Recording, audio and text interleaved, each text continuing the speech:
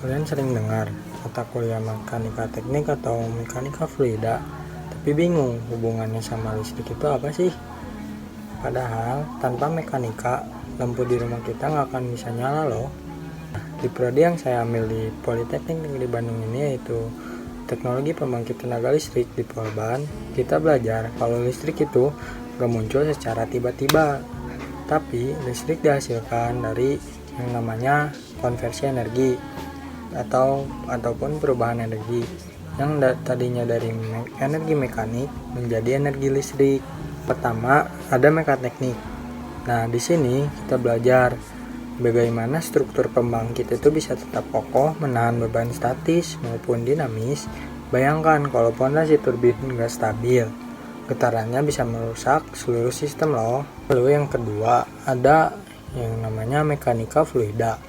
Di TPTL ini kita sering bermain dengan uap panas ataupun aliran air untuk memutar turbin, yang dimana kita harus menghitung tekanan, kecepatan, dan debitnya menggunakan prinsip mekanika agar efisiensi energinya maksimal. Nah, jadi intinya ilmu mekanika itu adalah bahasa untuk memahami bagaimana suatu mesin bergerak.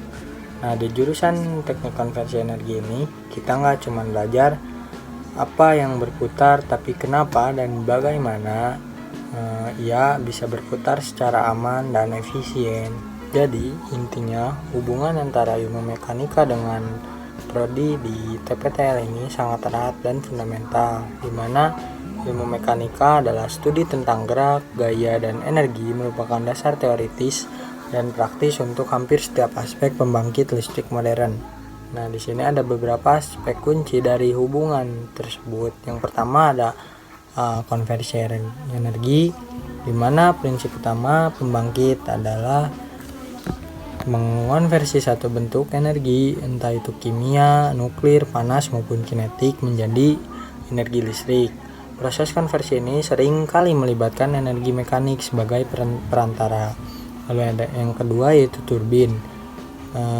Mau itu di pembangkit tenaga uap, tenaga air, maupun tenaga angin, atau bahkan turbin gas, semuanya mengandalkan turbin, mesin yang berputar untuk menggerakkan sebuah generator. Turbin bekerja berdasarkan prinsip mekanika fluida, di mana mekanika fluida ini adalah cabang dari mekanika yang mempelajari aliran cairan dan gas yang mengoptimalkan cara fluida, yaitu air, uap, ataupun udara mendorong bilah turbin. Yang ketiga ada generator. Nah, generator ini merupakan komponen yang sebenarnya menghasilkan listrik, bekerja berdasarkan prinsip induksi elektromagnetik. Namun, masukan yang dibutuhkan adalah gerakan rotasi mekanik dari sebuah turbin. Desain dan operasi generator melibatkan prinsip-prinsip mekanika padat serta dinamika rotasi. Lalu yang keempat ada hidrolika dan aerodinamika. Pembangkit listrik tenaga air biasanya mengandalkan mekanika fluida untuk merancang suatu bendungan, saluran air, turbin air yang efisien.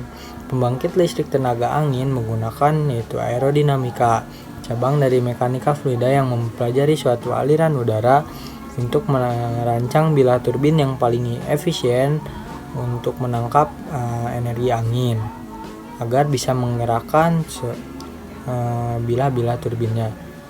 Lalu yang terakhir ada integritas struktural serta material. Setiap pembangkit listrik adalah struktur teknik yang besar. Ilmu mekanika padat dan mekanika terapan digunakan untuk memastikan menara turbin angin, bendungan, reaktor nuklir, dan ketel uap dirancang untuk tahan terhadap gaya alam, tekanan tinggi, dan suhu ekstrim, sehingga menjamin keamanan serta umur yang panjang operasionalnya.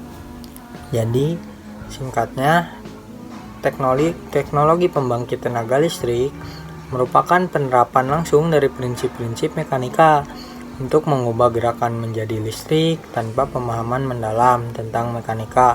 Desain, pembangunan, dan operasi pembangkit listrik modern tidak akan mungkin terjadi.